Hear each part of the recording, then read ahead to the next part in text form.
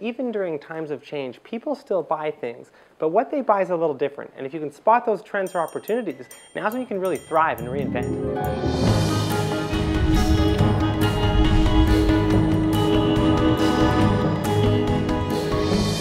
Welcome to Work Smart. I'm Amber Mack. In unsettled times, individuals and businesses are always looking at new ways to innovate. On today's show, we talk to the chief trend spotter at trendhunter.com about his top 5 tips to discover new opportunities and reinvent your business. Before we talk to Jeremy Gutsche, here's an innovative way to share your social stream online. Memo Lane lets you capture your posts, updates, tweets, and more in a timeline, so your internet memories are always just a click away. Once you pull in your favorite web services, you can easily see what you were up to in the social media world on any given day. I caught up with Jeremy at the new Trend Hunter office to ask him about his top 5 ways to innovate. Well, my first one's about mindset, and for this I'm going to reference Peter Drucker, the most famous management theorist of all time. And he said, it's not the questions that change, it's the answers that do.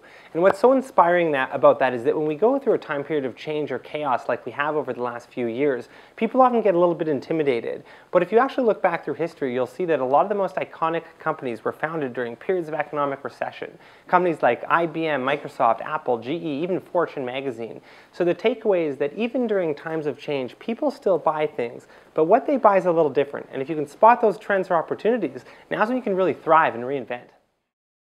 Yeah, too often what actually stops people from getting into new markets or finding new ideas is the idea that you've got a business to run, so you keep doing things the same way you have in the past. But one way that you can escape or get a big company to be a little bit more aggressive and innovative is to create a gambling fund.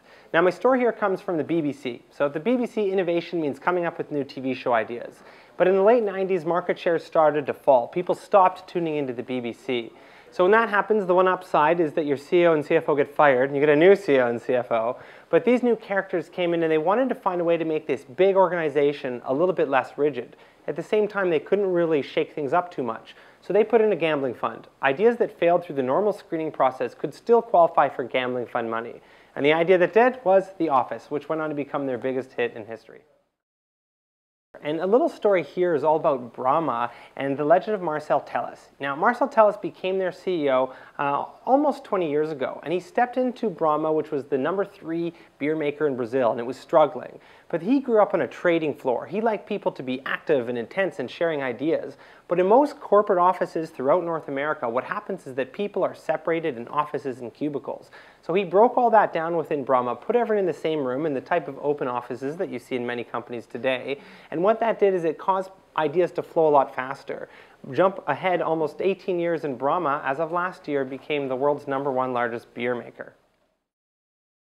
At Trend Hunter, obviously, we're spending a lot of time looking for trends in all different industries, but one of the reasons why it's so important is because in places where creativity is critical, companies force themselves to look in other industries. And as an example, I was interviewing a head designer at Ferrari, and I asked him, how do you spot trends for Ferrari? And I expected he would tell me, oh, I look in racing or I look in other automotive companies and see what they're up to.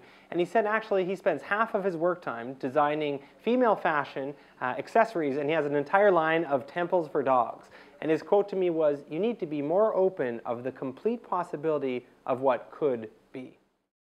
For our last tip, it's all about observing the world around you. Sure. So as the Trend Hunter guy, I'm obviously going to tell you about how to hunt trends, but the twist I'm going to tell you now is how it's so important to start with your own customers. So if you look at companies that are leading edge, what they actually do is they force themselves to watch their customer in the zone, to interact with them, to better understand them. Now, as an example, I was interviewing the head of design for GM. And if you think about someone who's got a role like that, that's a pretty spectacular position. He's got a pretty huge team. So when he needs to find out more about his customer, he could have done a survey, he could do market research, he could get someone on his team to make a video.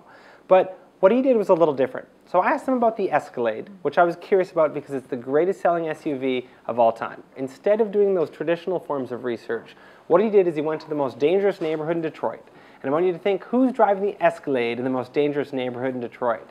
And when he saw that Escalade, he waved it down, and the Escalade pulled up, and the window rolled down, presumably to take his order. And he said, excuse me, young man, but I designed this vehicle, and I was wondering if I could accompany you on a ride alongside your business for the day. And you can imagine how uncomfortable that is, but in all these situations, those uncomfortable positions are the ones that really help you get more than what you'll simply see with data, to understand what your customers' needs are, how they describe their products, and what the new opportunities might actually be. On the topic of innovation, we asked you what trends you're following right now, and here's what you had to say. Jabez thinks geolocation-based marketing is the next big thing. Andy has his eye on gamification. As for Chris, he is watching out for 3D projection mapping and augmented reality. That's all for today's show. To see past episodes and to give us your feedback, all you have to do is head on over to fastcompany.com/worksmart. See you next week.